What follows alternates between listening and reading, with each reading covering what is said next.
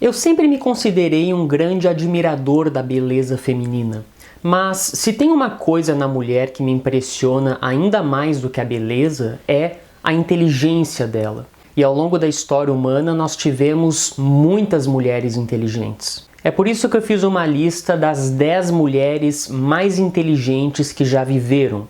Bom, pelo menos as de que se tem notícia. Vale lembrar que essa lista não é uma lista de opinião pessoal. Eu pesquisei sobre o que essas mulheres fizeram, como elas revolucionaram o mundo, o QI delas e por que se pode dizer que elas foram as mulheres mais brilhantes do seu tempo.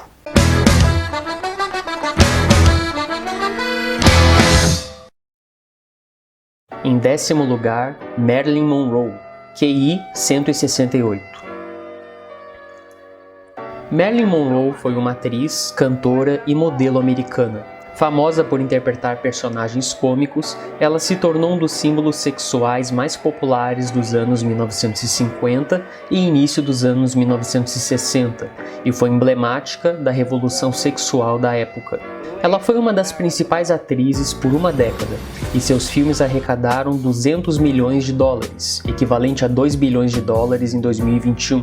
Na época de sua morte, em 1962. Muito depois de sua morte, Monroe continua sendo um grande ícone da cultura pop. Em 1999, o American Film Institute a classificou em 6º lugar na lista das maiores lendas femininas do cinema da Era de Ouro de Hollywood. Nascida e criada em Los Angeles, Monroe passou a maior parte de sua infância em lares adotivos e em um orfanato. Ela se casou aos 16 anos. Ela estava trabalhando em uma fábrica durante a Segunda Guerra Mundial quando conheceu um fotógrafo da First Motion Picture Unit e começou uma carreira de modelo pin-up de sucesso, que levou a contratos de curta duração com a 20th Century Fox e a Columbia Pictures. Depois de uma série de pequenos papéis no cinema, ela assinou um novo contrato com a Fox no final de 1950. Nos 2 anos seguintes, ela se tornou uma atriz popular com papéis em várias comédias, incluindo Sempre Jovem e O Inventor da Mocidade, e nos dramas Só a Mulher Peca e Almas Desesperadas. Ela enfrentou um escândalo quando foi revelado que havia posado nua antes de se tornar uma estrela, mas a história não prejudicou sua carreira e, em vez disso, resultou em aumento do interesse em seus filmes.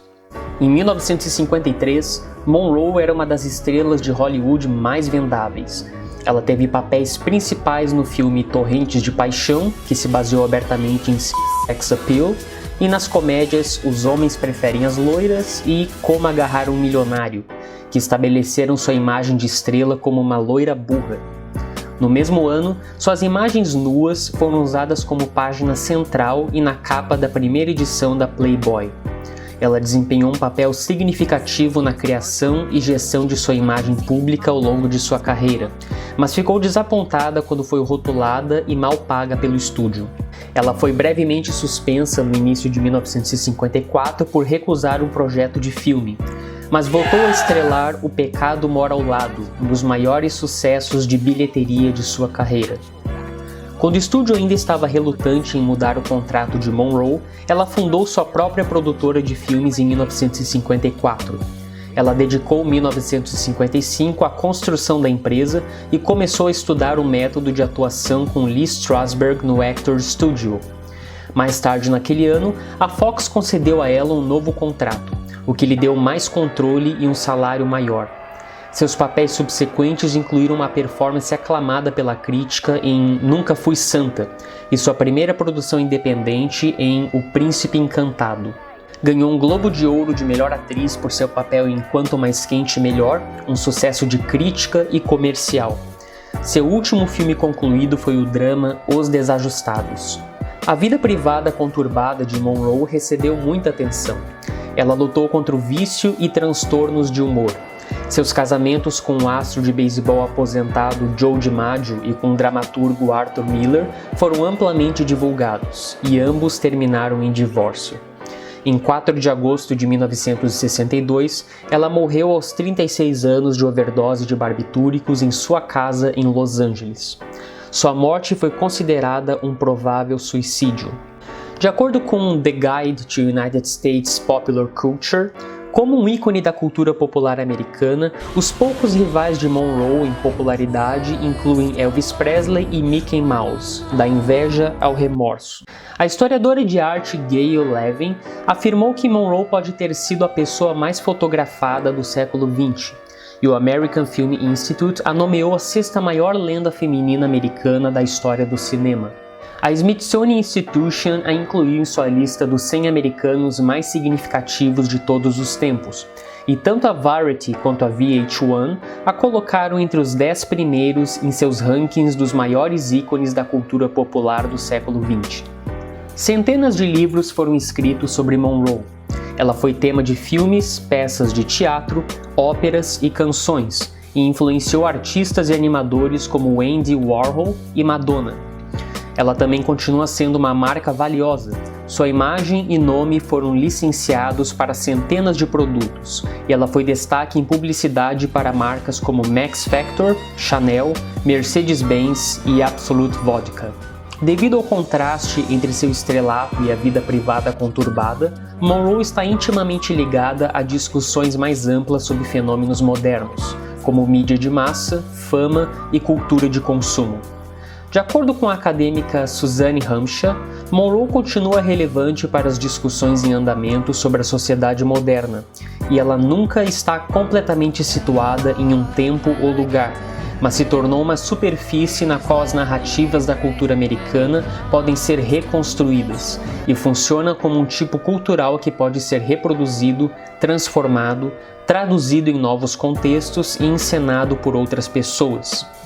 Da mesma forma, Banner chamou Monroe de metamorfo eterno, que é recriado por cada geração, até mesmo cada indivíduo, de acordo com suas próprias especificações.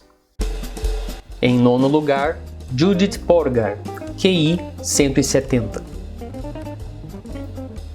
Judith Polgar, nascida em 23 de julho de 1976, é uma grande mestre de xadrez húngara, geralmente considerada a mais jovem jogadora de xadrez de todos os tempos. Em 1991, Polgar conquistou o título de Grã-Mestre aos 15 anos e 4 meses, na época o mais jovem a fazê-lo, quebrando o recorde anteriormente detido pelo ex-campeão mundial Bobby Fischer. Ela foi a jogadora mais jovem a entrar na lista de classificação dos 100 melhores jogadores da FIDE. Ela também é a única mulher a ter ultrapassado 2.700 no ranking Elo, alcançando um ranking mundial de pico de número 8 em 2004 e classificação de pico de 2.735 em 2005. Ela é a única mulher a ser classificada entre os 10 melhores de todos os jogadores de xadrez, alcançando esse ranking pela primeira vez em 1996. Ela foi a mulher número 1 no mundo em janeiro de 1989 até sua aposentadoria em 13 de agosto de 2014. Polgar é a única mulher a ter vencido um jogo contra o atual número 1 do mundo e derrotou 11 atuais ou ex-campeões mundiais de xadrez rápido ou clássico: Magnus Carlsen, Anatoly Karpov, Garry Kasparov, Vladimir Kramnik, Boris Spassky, Vassily Smilov, Veselin Topalov, Viswanathan Anand, Ruslan Ponomariov, Alexander Khalifman e Rastam Kezinhanov. Treinada em seus primeiros anos por sua irmã Susan, Judith começou a jogar em torneios aos 6 anos de idade, e aos 9 anos sua classificação com a Federação Húngara de Xadrez era 2080. Ela era membro de um clube de xadrez em Budapeste, onde ganhava experiência de jogadores de nível Master. Em 1984, em Budapeste, Sofia e Judith, na época com 9 e 7 anos de idade, respectivamente, jogaram 2 partidas de xadrez às cegas contra 2 mestres e venceram. A certa altura, as meninas reclamaram que um de seus oponentes estava jogando muito devagar e sugeriram que um relógio deveria ser usado. Todas as 3 irmãs Polgar competiram. Susan, 16, competiu na seção de grandes mestres e teve uma vitória contra o GM Walter Braun, e Sofia, 11, terminou em segundo em sua seção, mas Judith atraiu a maior atenção no torneio. Grandes mestres apareciam para assistir a criança séria e quieta jogar. Ela ganhou seus primeiros 7 jogos antes de empatar o jogo final. Embora a sessão sem classificação tivesse muitos dos jogadores mais fracos do aberto, também tinha jogadores de força especializada que eram estrangeiros nos Estados Unidos e ainda não haviam sido classificados. Milorad Boskovic relatou uma conversa com o adversário da 6ª rodada de Judit, o jogador iugoslavo que ele sabia ser um grande especialista. Ele me disse que se arriscou no jogo porque não podia acreditar que ela atacaria tão bem. Incapaz de falar inglês, sua mãe interpretou como ela disse a um repórter que seu objetivo era ser uma profissional de xadrez. Quando o repórter perguntou se ela seria campeã mundial um dia, Judit respondeu: "Vou tentar." Em abril de 1988, Porgar fez sua primeira norma de mestre internacional na seção B internacional do New York Open. Em agosto de 1988, ela ganhou a seção Criança Sub-12 do Festival Mundial de Xadrez e Paz da Juventude em Timișoara, Romênia. Em outubro de 1988, ela terminou em primeiro lugar em um torneio round robin de 10 jogadores em Londres, marcando 7-2, por meio ponto de vantagem sobre o GM israelense Yair Kreidman. Em novembro de 1988, Judit e suas irmãs, juntamente com Ildikó Madlo, representaram a Hungria na seção feminina da 28ª Olimpíada de Xadrez em Salônica. A Federação Internacional de Xadrez não permitiria que os Porgars jogassem contra homens em competições por equipes. Antes do torneio, Eduard Gufeld, GM soviético e técnico da seleção feminina soviética, demitiu as Porgars. Acredito que essas meninas vão perder boa parte de sua imagem rapidamente adquirida na 28ª Olimpíada. Vão saber se as irmãs húngaras são gênias ou apenas mulheres. Entretanto, a equipe de mulheres húngaras venceu o campeonato, que marcou a primeira vez que não foi vencido pela União Soviética. Judit jogou no tabuleiro 2 e terminou o torneio com a pontuação mais alta de 12,5 a meio para ganhar a medalha de ouro individual. Ela também ganhou o prêmio de brilhantismo por seu jogo contra Pavlina Angelova. Na lista de classificação Elo de janeiro de 1989, aos 12 anos, ela foi classificada como 2555, que era o número 55 do mundo e 35 pontos de classificação à frente da campeã mundial feminina Maia Shiburnidze.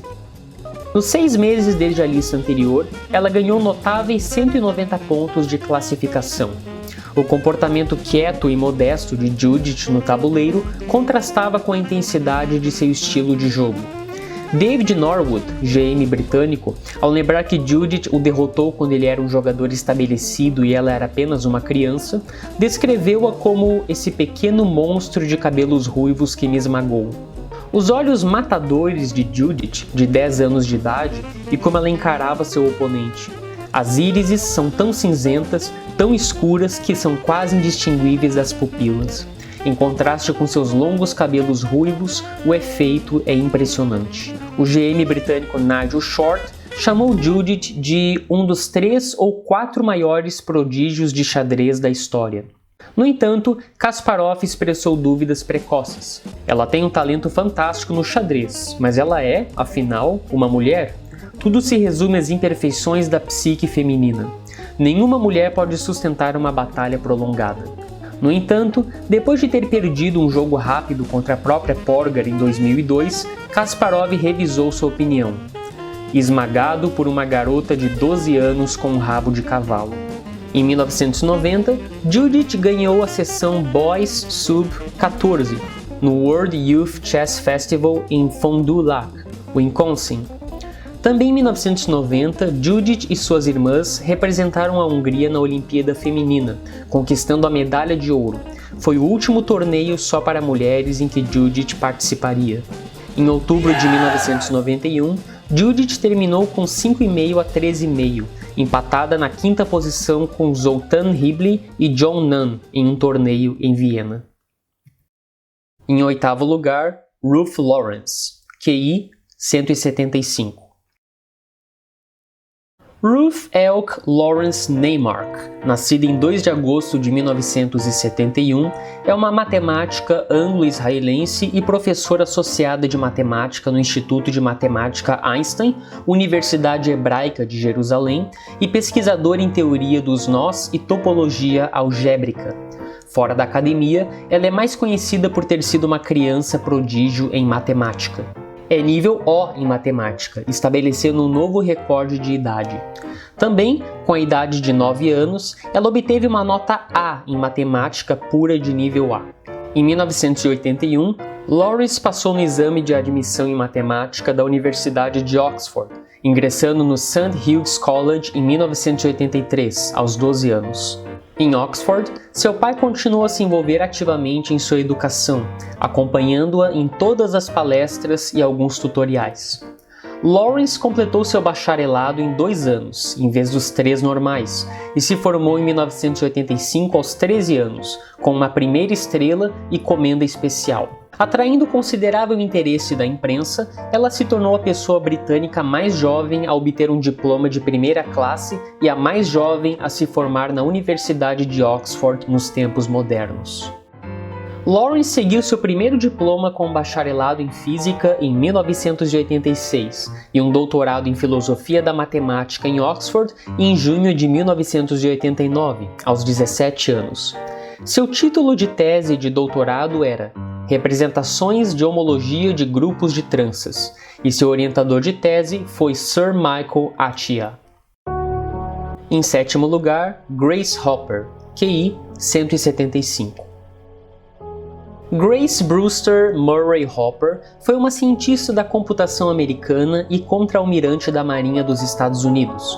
Uma das primeiras programadoras do computador Harvard Mark I, ela foi uma pioneira da programação de computadores que inventou um dos primeiros linkers. Hopper foi a primeira a conceber a teoria das linguagens de programação independentes de máquina e a linguagem de programação Flowmatic, que ela criou usando essa teoria, foi posteriormente estendida para criar o COBOL, uma linguagem de programação de alto nível inicial ainda em uso hoje. Antes de ingressar na Marinha, Hopper obteve um PhD em matemática pela Universidade de Yale e foi professora de matemática no Vassar College. Hopper tentou se alistar na Marinha durante a Segunda Guerra Mundial, mas foi rejeitada porque tinha 34 anos. Em vez disso, ela se juntou às reservas da Marinha. Hopper começou sua carreira na computação em 1944, quando trabalhou na equipe Harvard Mark I, liderada por Howard H. Aiken.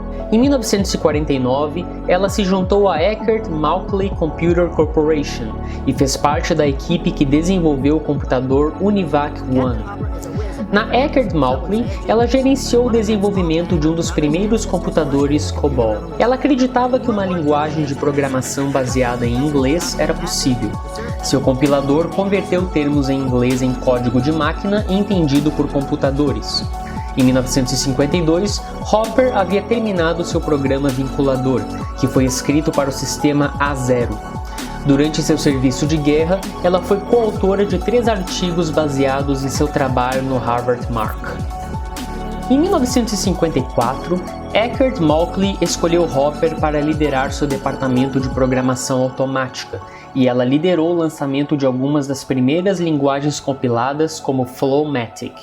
Em 1959, ela participou do consórcio Codacil, que consultou Hopper para orientá-los na criação de uma linguagem de programação independente de máquina. Isso levou à linguagem COBOL, que foi inspirada por sua ideia de uma linguagem baseada em palavras em inglês. Em 1966, ela se aposentou da reserva naval, mas em 1967, a Marinha chamou de volta ao serviço ativo. Ela se aposentou da Marinha em 1986 e encontrou trabalho como consultora para a Digital Equipment Corporation, compartilhando suas experiências de computação. O destroyer de mísseis guiados da classe Arleigh Burke da Marinha dos Estados Unidos, o USS Hopper, foi nomeado para ela, assim como o supercomputador Cray XE6 Hopper, no NERSC. Durante sua vida, Hopper recebeu 40 títulos honorários de universidades de todo o mundo. Uma faculdade da Universidade de Yale foi renomeada em sua homenagem. Em 1991, ela recebeu a Medalha Nacional de Tecnologia. Em 22 de novembro de 2016, ela recebeu póstumamente a Medalha Presidencial da Liberdade, pelo presidente Barack Obama. Hopper tentou se alistar na Marinha no início da Segunda Guerra Mundial. Ela foi rejeitada por alguns motivos. Aos 34 anos, ela era velha demais para se alistar e sua relação peso-altura era muito baixa. Ela também foi negada com base no fato de que seu trabalho como matemática e professora de matemática no Vassar College era valioso para o esforço de guerra. Durante a guerra, em 1943, Hopper obteve uma licença de Vassar e foi empossada na reserva da Marinha dos Estados Unidos. Ela foi uma das muitas mulheres que se ofereceram para servir no Waves. Ela teve que obter uma isenção para se alistar. Ela estava 7 quilos abaixo do peso mínimo de 54 quilos. Ela relatou em dezembro e treinou na Escola Naval Reserve Midshipman, no Smith College de Northampton, Massachusetts. Hopper se formou em primeiro lugar em sua classe em 1944 e foi designada para o projeto de computação do Bureau of Ships da Universidade de Harvard como tenente, grau júnior. Ela serviu na equipe de programação de computadores Mark I, liderada por Howard H. Aiken. Hopper e Aiken foram coautores de 3 artigos sobre o Mark I, também conhecido como calculadora controlada de sequência automática. O pedido de Hopper para se transferir para a Marinha Regular no final da guerra foi recusado devido à sua idade avançada de 38 anos. Ela continuou a servir na reserva da Marinha. Hopper permaneceu no laboratório de computação de Harvard até 1949, recusando um cargo de professora titular em Vassar em favor de trabalhar como pesquisadora sob um contrato da Marinha em Harvard. Em sexto lugar, Cleópatra, QI 180. Cleópatra VII foi rainha do reino ptolomaico do Egito de 51 a 30 a.C. e seu último governante ativo.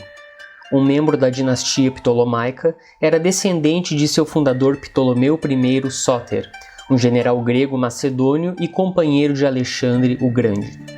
Após a morte de Cleópatra, o Egito tornou-se uma província do Império Romano, marcando o fim do penúltimo estado helenístico e a era que durou desde o reinado de Alexandre. Sua língua nativa era o grego koiné, e ela foi a única governante ptolomaica a aprender a língua egípcia. Em 58 a.C., Cleópatra presumivelmente acompanhou seu pai, Ptolomeu XII Auletes, durante seu exílio em Roma depois que uma revolta no Egito permitiu que a rival de sua filha, Berenice IV, reivindicasse seu trono. Berenice foi morta em 55 a.C., quando Ptolomeu retornou ao Egito com assistência militar romana. Quando ele morreu em 51 a.C., o reinado conjunto de Cleópatra e seu irmão Ptolomeu XIII começou, mas um desentendimento entre eles levou a uma guerra civil aberta. Depois de perder a Batalha de Farsália em 48 a.C. na Grécia contra seu rival Júlio César, na Guerra Civil de César, o estadista romano Pompeu fugiu para o Egito. Pompeu tinha sido um aliado político de Ptolomeu XII, mas Ptolomeu XIII, por insistência de seus eunucos da corte, fez com que Pompeu fosse emboscado e morto antes que César chegasse e ocupasse Alexandria. César então tentou reconciliar os irmãos ptolomaicos rivais, mas o principal conselheiro de Ptolomeu, Poteinos, viu os termos de César como favoráveis a Cleópatra, então suas forças cercaram ela e César no palácio. Pouco depois que o cerco foi levantado por reforços, Ptolomeu XIII morreu na Batalha do Nilo em 47 a.C. A meia-irmã de Cleópatra, Arsinoe IV, acabou sendo exilada em Éfeso por seu papel na realização do cerco. César declarou Cleópatra e seu irmão Ptolomeu XIV governantes conjuntos, mas manteve um caso particular com Cleópatra que gerou um filho, Cesarião. Cleópatra viajou para Roma como rainha cliente em 46 e 44 a.C., onde ficou na vila de César. Após os assassinatos de César e Ptolomeu XIV em 44 a.C., ela nomeou Cesarião co-governante como Ptolomeu XV. Na Guerra Civil dos Libertadores de 43 a 42 a.C., Cleópatra ficou do lado do segundo triunvirato romano, formado pelo sobrinho neto de César, Marco Antônio, e pelo herdeiro Otaviano, Marco Emílio Lépido. Após seu encontro em Tarso em 41 a.C., a rainha teve um caso com Antônio. Ele efetuou a execução de Arsinoe a pedido dela e tornou-se cada vez mais dependente de Cleópatra para financiamento e ajuda militar durante suas invasões do Império Parta e do Reino da Armênia. As doações de Alexandria declararam seus filhos Alexandre Hélio, Cleópatra Selene II e Ptolomeu Filadelfo governantes de vários territórios anteriores sob a autoridade triunviral de Antônio. Esse evento, seu casamento e o divórcio de Antônio da irmã de Otaviano, Otávia Menor, levaram à guerra final da República Romana. Otaviano se envolveu em uma guerra de propaganda, forçou os aliados de Antônio no Senado romano a fugir de Roma em 32 a.C. e declarou guerra a Cleópatra. Depois de derrotar a frota naval de Antônio e Cleópatra na Batalha de Axio em 31 a.C., as forças de Otaviano invadiram o Egito em 30 a.C. e derrotaram Antônio, levando ao seu suicídio. Quando Cleópatra soube que Otaviano planejava trazê-la para sua procissão triunfal romana, ela se matou por envenenamento, contrariando a crença popular de que ela foi mordida por uma áspide. O legado de Cleópatra sobrevive em obras de arte antigas e modernas. A historiografia romana e a poesia latina produziram uma visão geralmente crítica da rainha que permeou a literatura medieval e renascentista posterior. Nas artes visuais, suas representações antigas incluem bustos romanos, pinturas e esculturas de camafeu e vidro, moedas ptolomaicas e romanas e relevos. Na arte renascentista e barroca, ela foi tema de muitas obras, incluindo óperas, pinturas, poesia, esculturas e dramas teatrais. Ela se tornou um ícone da cultura pop da egiptomania desde a era vitoriana e, nos tempos modernos, Cleópatra apareceu nas artes aplicadas e nas artes plásticas, sátiras burlescas, filmes de Hollywood e imagens de marca para produtos comerciais. Seguindo a tradição dos governantes macedônios, Cleópatra governou o Egito e outros territórios, como Chipre, como monarca absoluta, servindo como a única legisladora de seu reino. Ela era a principal autoridade religiosa em seu reino, presidindo cerimônias religiosas dedicadas às divindades das religiões politeístas egípcias e gregas. Ela supervisionou a construção de vários templos para deuses egípcios e gregos, uma sinagoga para os judeus no Egito e até construiu o Cesário de Alexandria, dedicado ao culto de seu patrono e amante Júlio César. Cleópatra estava diretamente envolvida nos assuntos administrativos de seu domínio, enfrentando crises como a fome e ordenando que os celeiros reais distribuíssem alimentos para a população faminta durante uma seca no início de seu reinado. Embora a economia de comando que administrava fosse mais um ideal do que uma realidade, o governo tentou impor controles de preços, tarifas e monopólios estatais para certos bens, taxas de câmbio fixas para moedas estrangeiras e leis rígidas que obrigavam os camponeses a permanecerem em suas aldeias durante as épocas de plantio e colheita. Problemas financeiros aparentes levaram Cleópatra a rebaixar sua moeda, que incluía moedas de prata e bronze, mas nenhuma de ouro como as de alguns de seus predecessores ptolomaicos distantes. Então é isso, pessoal. Hoje eu apresentei a 19ª, 8ª, 7ª e 6ª mulher mais inteligente que já viveu.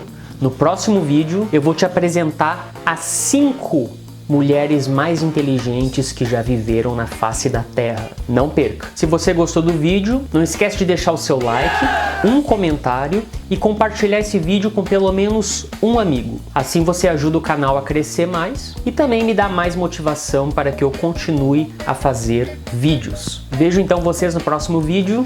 Abraço!